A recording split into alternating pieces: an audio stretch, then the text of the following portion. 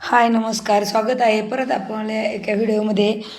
तर आलो आम्ही आज ना. आम्हाला गाडी नव्हती तर चला म्हणलं आज पायी दिंडी निघूया पायी पायी. तर बाया काय मला येऊ देईनात, खूप दिवस झालं चालायची सवय नाही आणि आज खरंच पहिल्यांदा चालते. त्याच्यात ज्या माझ्यासोबत असतात त्या पण नव्हत्या आणि हे लताबाईन त्या पटापटा पटापटा चालल्या होत्या.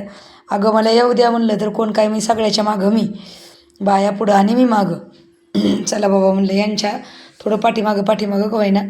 इथं काढला व्हिडिओ आम्ही, थोडासा मागचा पुढचा मागं झाला आहे समजून घ्या. तर इथं लताबाई म्हणलं थांब तुझा व्हिडिओच काढते, काढून घे म्हणली. त्यांची तशी भाषा म्हणजे ज्याच्या तिकडली भाषा वेगळी असती पण खास खरंच हसायला येतं. तर लय बोलायला छान आहे. आमच्या चालल्या होत्या गप्पा इकडल्या तिकडल्या. शीतलबाई तू कधीच पायी पायी नसते, आज कसं काय पायी पायी? म्हणलं आता काय करते ग, जसे दिवस येते तसं राहावं लागतं. आता मग आपलं कसं आहे, आपल्याला नाही येत गाडी, त्यामुळं काय आलो तसंच बोलत बोलत मार्केटमध्ये. आणि मार्केटमध्ये आल्यावर म्हणलं थांबा गं बायांनो, मला ना थोडंसं घ्यायचं आहे. म्हणलं आज काय आहे? म्हणलं आज आहे ना हे चंपाषष्ठी आहे, तर आज तळी उचलायची असती. आम्ही पाळतो म्हणजे जे वेगवेगळं असतं ते पाळतं. आता तसं तर आम्ही वेगवेगळेच आहेत सगळे, आमचे देव सगळं सगळं वेगळंच आहे, त्यामुळं आम्ही ते पाळतो.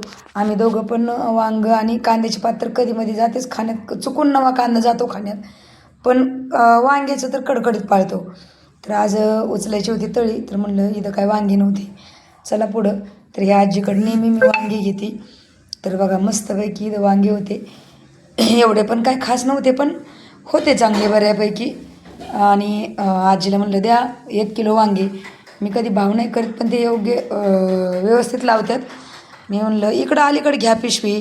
तर म्हणले अगं बाई मला एवढी मोठी पिशवी उचलते का, तूच अलीकडे ये. मी म्हणलं आता काय सांगायचं, हे माझा बूट सूट काढायचा म्हणल्यावर कसं व्हायचं.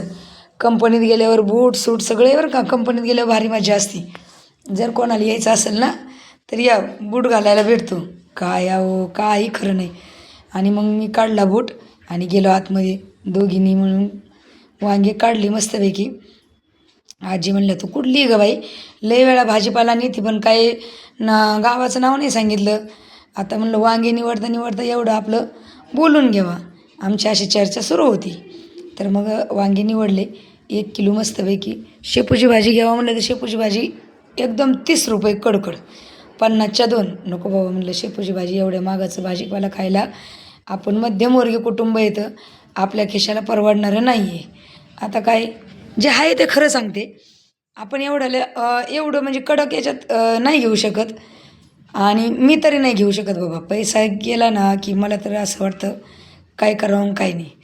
तर कसे तरी 1 किलो वांगी निवडली आणि आजी म्हणले आता बास नका सगळी पिशवीच नेती. म्हणलं झाले.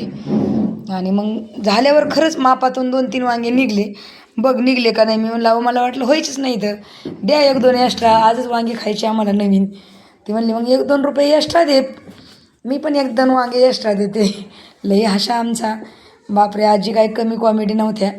तर छानपैकी इथं वांगी मोजून घेतले. नंतर लक्षात आलं आपल्याला नागिनीचे पानं पाहिजे. परत त्या बांगड्यावाल्या ताईच्या तिथं गेलो आणि तिथून नागिनीचे पानं आणि सुपारी घेतली. चला म्हणलं आता पुढचा प्रवास तिथून पण हवेला यायला बरंचसं लांब होतं. पण मेथीच्या भाजीपाशी गेले. आता मेथीची भाजी दादानी लावली होती. कितीला जुडी तर 30 रुपयाला जुडी आणि त्याच्यावर रोख पण होता. म्हणलं नको जाऊ द्या, आपल्या बाजारात छानपैकी भेटती. आले इथं, आज काय पायी जाणं शक्य नव्हतं. म्हणलं इथून 10 रुपये देऊन रिक्षाने जावं लागेल, त्याशिवाय पर्याय नाही. आज पाय लय दुखतात पहिल्यांदाच म्हणल्यावर आणि घरी जाऊन पण काम असते. बसले मग रिक्षात, 10 रुपये जाऊ द्या गेले तर म्हणलं. पण जीवाला त्रास नको. कसं आहे जीवाला त्रास देणं पण लई चांगलं नाही आहे. ते रिक्षावाल्या बामाचे काय, इथं 2 पॅसेंजर उतरणार, पुढं 2 पॅसेंजर आले. मी तर बोलूच तर घरी आले. आल्यावर हे बघा मला जाताना ना हवे बघा तिथं राहतोय आणि तिथून थोडंसंच अंतरावर आहे. पण जाताना ना थोडं असं रानमाळातून इकडून तिकडून एकतर बिबट्याचं भीती सांगितली, त्यामुळं मला वाटलं आता नक्की बिबटे येते. पण चालले व्हिडिओ काढीत आणि लाईव्ह पण म्हणजे असं बोलत चालले की नको आवाज आला तर पाहिजे म्हणून. आणि कसं बसं पटपट करून गेट पार केलं. पुढून समोरून बिल्डिंग दिसतात. आली बाबा बिल्डिंग, आपली एकदाची रूम आली. बरं झालं म्हणलं, काही नाही आढळलं देवाच्या कृपेने. श्री स्वामी समर्थ, श्री स्वामी